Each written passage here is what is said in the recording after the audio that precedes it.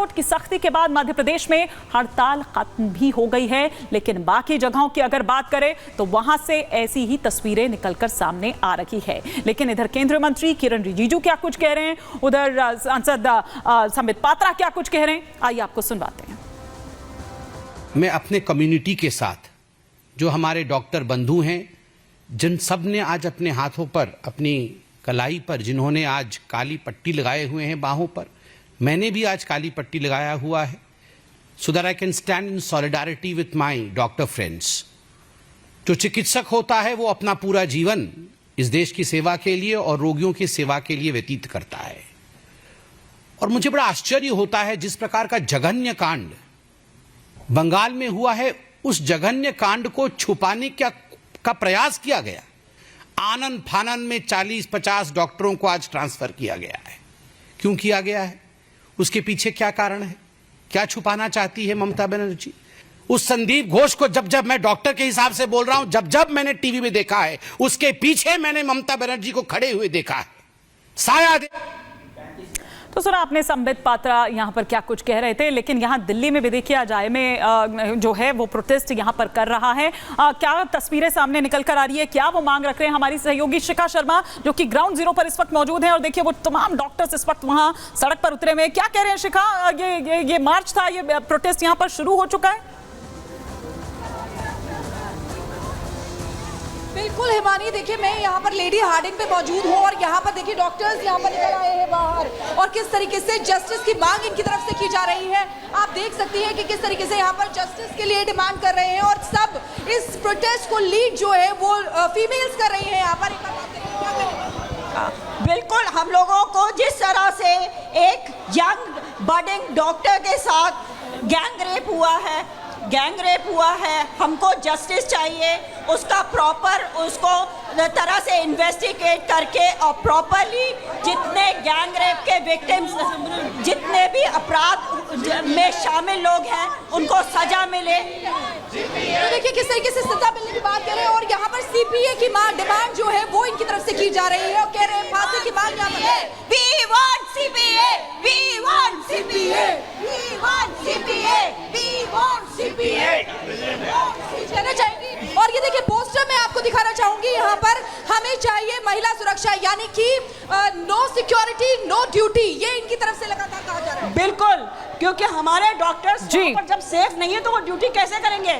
24, 36, 48 hours की duty करते हैं, इसके बावजूद वो सेफ नहीं है, उनको वैसे भी। बिल्कुल, एक बार मैं यहाँ पर पैन करके कैमरा दिखाना चाहूंगी। जी। यहाँ पर डॉक्टर्स में कितना गुस्सा है, आक्रोश है और सिर्फ इसीलिए क्योंकि यहाँ पर ये लोग जस्टिस की मांग कर रहे हैं, जो आरोपी है उसके फांसी की मांग कर रहे हैं, सीपीए एक्ट की मांग कर रहे हैं। ठीक है ठीक है, शिखा हमारी सहयोगी इस वक्त और विस्तार से हमें जानकारी दे रही थी, वो क्या मांग रख रहे हैं, उनकी मांग हम तक पहुंचा रही थी। फिलहाल शुक्रिया बहुत शिखा इस तमाम जानकारी के लिए आपका। लेकिन आइए हम बात करते हैं, चूंकि हम बात कर रहे हैं कि एक तरफ सियासत तो देखिए इस मामले पर हो ही रही है, डॉक्टर्स जो हैं वो सड़क पर उतरे ही हुए हैं, लेकिन वहीं दूसरी तरफ सीबीआई जांच की अगर बात करें तो वो भी जारी है। उसका शिकंजा किस तरह से कसता जा रहा है, क्या राज खुलते हुए नजर आ रहे हैं और क्या आगे वो राज खुलेंगे, ये सिलसिलेवार तरीके से हम आपको बता रहे हैं कि सीबीआई रेप हत्या मामले की हर एंगल से जांच कर रही है सीबीआई। और मेडिकल कॉलेज के सीसीटीवी, तमाम जो सीसीटीवीज हैं उनको भी खंगाला जा रहा है। हर एक सीसीटीवी, उसका जो डिवाइस है वो दरअसल अपने कब्जे में ले लिया है और उसको चेक किया जा रहा है। सीसीटीवी में नजर आ रहा है आरोपी संजय रॉय, जिसकी तस्वीर आप यहां पर देख पा रहे हैं। गुरुवार रात करीब 11 बजे हॉस्पिटल आता है संजय रॉय, ये सीसीटीवी में वो नजर आ रहा है। संजय अस्पताल में करीब 30 मिनट तक रुकता है, सीसीटीवी में उसकी तस्दीक भी होती है, वो वहां पर दिखाई देता है, उसकी मौजूदगी वहां पर दर्ज की जाती है और दोबारा देर रात या फिर कहिए कि अहली सुबह 3:45 से 3:50 के बीच वो अस्पताल आता है। आखिर वापस ये अस्पताल क्यों आता है, क्या इसका कारण था, इन तमाम डॉट्स को भी जोड़ा जा रहा है। सीबीआई इन तमाम डॉट्स को जोड़ रही है। सेमिनार हॉल जो है, सेमिनार हॉल उसके रूम के भीतर जाता हुआ नजर आ रहा रहा है आरोपी उस सीसीटीवी फुटेज में। सुबह करीब 4:37 का वक्त रहा होगा जब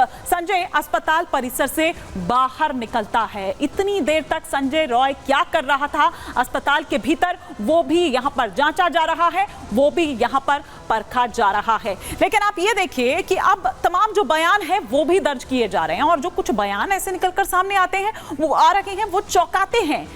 पड़ोसी जो है आरोपी का, यानी कि संजय रॉय का, वो क्या कुछ कह रहा है, जरा ये भी सुनिए।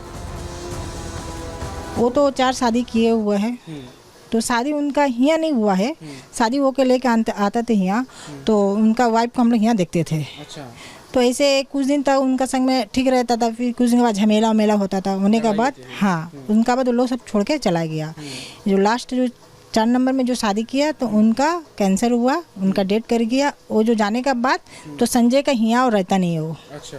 जो डेट उनका वाइफ का होने के बाद से यहाँ वो नजर नहीं आता। घर में अपना हंगामा होता था, सब समय नशा में रहता था, ड्रिंक करते थे। अच्छा, पुलिस की वर्दी में आप लोगों ने कभी देखा? हाँ, पुलिस का वर्दी में देखा है। प्लस उनका जो गाड़ी है उन पे भी पुलिस बोल के लिखा हुआ रहता था। अच्छा। तो हम लोग सोचते थे पुलिस में वो काम करते हैं।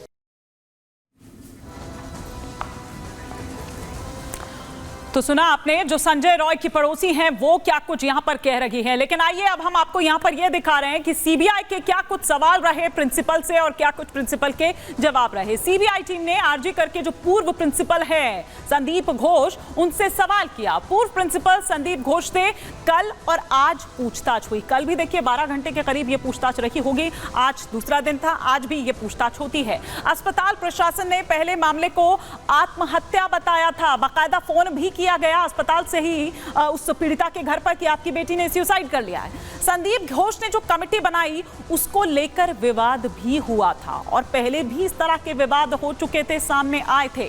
डॉक्टर की हत्या के बाद संदीप घोष ने इस्तीफा दे दिया था। कई तरह के सवाल जो है वो संदीप घोष पर उठ रहे थे। घोष को कोलकाता मेडिकल कॉलेज का प्रिंसिपल बना दिया जाता है। तो आप ये देखिए कि इनका भी ट्रांसफर करके और बड़े अस्पताल में और बड़ी जिम्मेदारी के साथ वहां पर उनको भेज दिया जाता है। इस कांड में संदीप घोष पहले दिन से ही विवादों में रहे हैं, ये माना जा रहा है। बल्कि ये चीज निकलकर सामने भी आई है कि संदीप घोष, जिस वक्त ये रेप हुआ, जिस वक्त ये हत्याकांड हुआ, उस वक्त संदीप घोष वहीं मौजूद थे अस्पताल में। सीबीआई संदीप की उस रात की लोकेशन तलाश रही है कि संदीप घोष आखिर कहां उस वक्त थे। वारदात के अगले दिन के घटनाक्रम से जुड़े जो सवाल हैं वो भी पूछे गए हैं संदीप घोष से। तो ये सिलसिलेवार तरीके से हम आपको बता रहे हैं कि सीबीआई के क्या वो सवाल रहे और क्या कुछ संदीप घोष द्वारा दरअसल जो जवाब है वो दिया जाता है। लेकिन सीबीआई के हाथ अब तक क्या कुछ लगा है, ये भी सिलसिलेवार तरीके से हम यहां पर आपको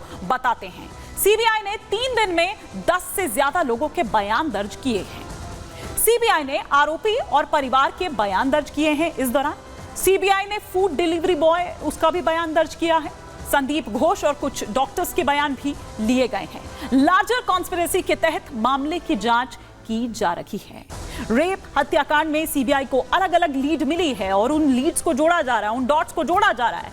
पूछताछ के लिए 30 से 35 लोगों की एक लिस्ट बनाई गई है। मृतक डॉक्टर के जो दोस्त हैं उनसे भी पूछताछ होगी। अभी कुछ लोगों से पूछताछ हो चुकी है, कुछ लोगों से पूछताछ नहीं हुई है। कोलकाता पुलिस के जांच अधिकारी से भी होगी पूछताछ। तो ये वो लीड जो अब तक मिली है, उसी बेसिस पर आगे